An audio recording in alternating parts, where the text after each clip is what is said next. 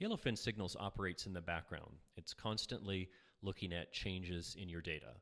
So over time, as certain changes like trend changes or outliers in that data, anomalies like exceptions where data components have dropped off, issues that reflect really business performance, Yellowfin is constantly looking for those, the signals, and then producing alerts that would be pushed to you. So no longer having to go into your dashboard to find those exceptions.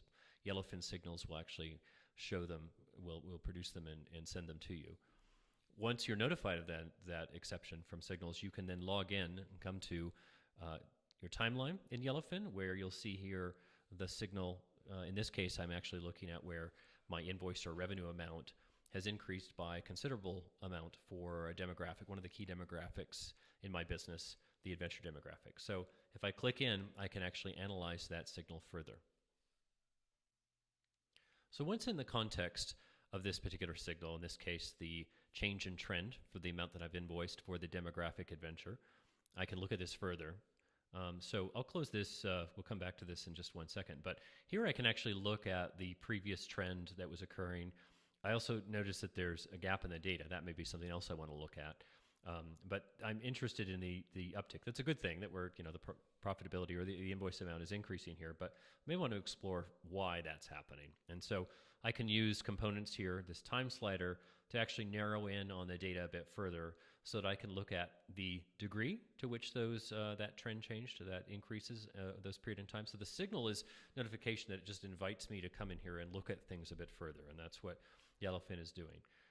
And then additionally, what I can do is look at and control the different methods by which we're actually analyzing this data on the fly. So change perhaps the turn off linear trend, make any of these other changes I want here. Additionally, I have the ability to overlay more data that's from my data set that may relate to the signal. So again, the context, if we're looking at a change in the trend of the invoiced amount, I may want to look at the number of athletes attending my ski camp, my business. Certainly that if the number of folks attending, then that would seemingly correlate, but I may want to look at exactly to what degree those two relate to one another.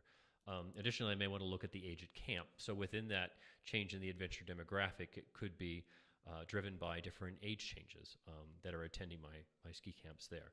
So I can continue to overlay that and better understand the data that way.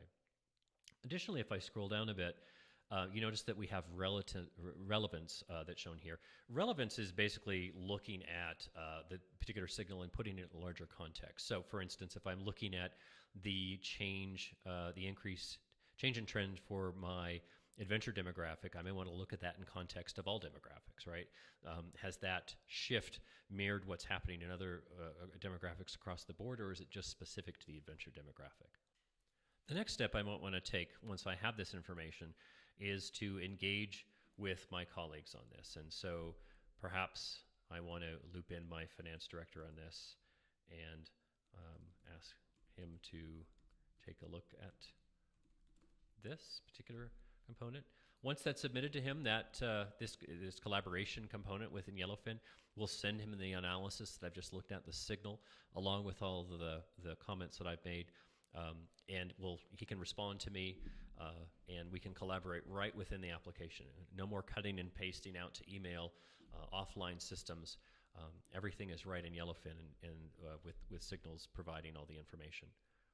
And then the last step I may want to do is write a story. So Yellowfin Stories is a separate product in the Yellowfin suite, but it's linked. The stories are linked with Signals. So if I have a signal here, I may want to start a story on top of it. Story would be the context to further explain that signal that I've been looking at, and so that I can apply graphics here to make this more interesting. So say something that's related to my ski team, and save that. And then I can continue to write a story, really explaining this further and adding any additional commentary that I want that makes that signal more interesting or more understandable. The setup for Signals is very easy. It's based on the data that you want to point signals at. That's found in the view, the metadata layer that you use within Yellowfin. So the metadata or semantic layer is pointing at your data source. And in that, that's just where you structure all of the data that you would use for analysis and reporting elsewhere in Yellowfin. In the prepare step for the view here, this metadata layer, there's a component right here where we set up signals. And so it's very easy. Signal setup is just a matter of determining what type of analysis to be done, if it's outlier or trend, and then to select some simple setup fields here. The time dimension that you're looking at, we're basing everything in signals on time-based data. What degree or what granularity is meaningful within that data set, the frequency with which you want to run signals. So this will depend upon how frequently your data is in fact changing. If you're getting hourly updates, then it may be sufficient to run this on an hourly basis, or more frequently or less frequently, depending. The window size, so what period of time do you actually want to analyze in total for the signals, and then the offset would be for what period over period changes that you're wanting to analyze.